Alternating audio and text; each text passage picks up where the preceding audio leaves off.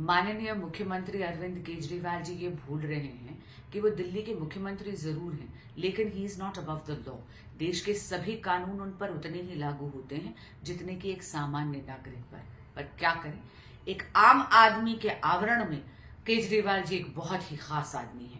VVIP syndrome से इतने ज्यादा ग्रस्त हैं कि नवंबर 2023 से ईडी उनको समन पे समन भेजे जा रही है। 3 समन भेज चुकी है, लेकिन केजरीवाल जी जांच से भाग रहे हैं, जांच में जुड़ना ही नहीं चाहते। और कभी बहाने दे देते हैं चुनाव प्रचार के, कभी बहाने दे देते हैं 10 दिन की विपासना की वर्कशॉप में जाने के। और कल तो उन्होंने इतना उद्दंड पत्र लिखा ईडी को कि मैं तो जांच में जुड़ूंगा ही नहीं, आप एक क्वेश्चनेयर भेज दीजिए।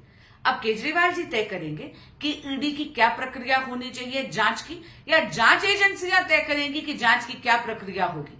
ऐसा व्यवहार और आचरण एक सामान्य व्यक्ति का कभी भी नहीं होता। ये एक वीवीआईपी व्यक्ति का और केजरीवाल जी का आचरण है।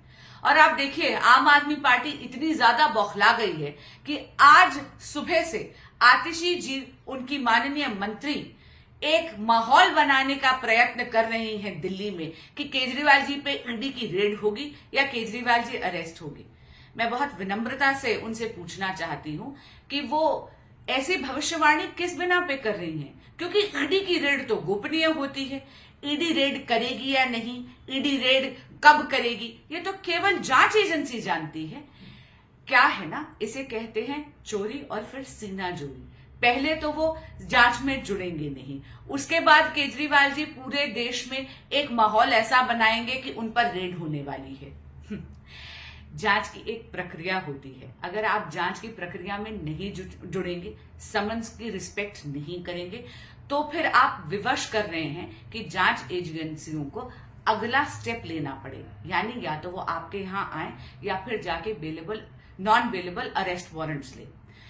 कहीं ना कहीं केजरीवाल जी ये स्वांग रचना चाहते हैं। वो चाहते हैं कि देश के समक्ष वो त्राहिमाम करें और विक्टिम कार्ड प्ले करें। केजरीवाल जी, ये ड्रामा बंद करिए और जाकर जांच में जुड़िए।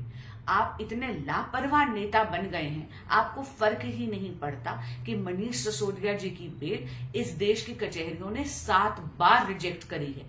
दिसंबर 2023 में भी मनीष सिसोदिया जी का review petition honourable supreme court of India ने रिजेक्ट करा है। केजरीवाल जी, आपको फर्क नहीं पड़ता कि संजय सिंह जी की भी बेल रिजेक्ट हुई है। केजरीवाल जी, क्या आपको फर्क नहीं पड़ता कि आपके साथी जेल में हैं, लेकिन आप लिकर स्कैम की जांच तक में नहीं जुड़ना चाहते?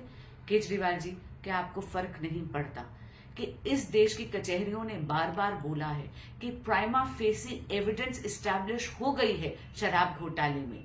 आपने तो 24 नवंबर 2012 में एक ट्वीट करा था और ये कहा था कि आप बहुत शर्मसार महसूस करते हैं अगर कोई भी राजनेता जिसको बार बार समन्स दिए जाएं और वो जांच में नहीं जुड़े।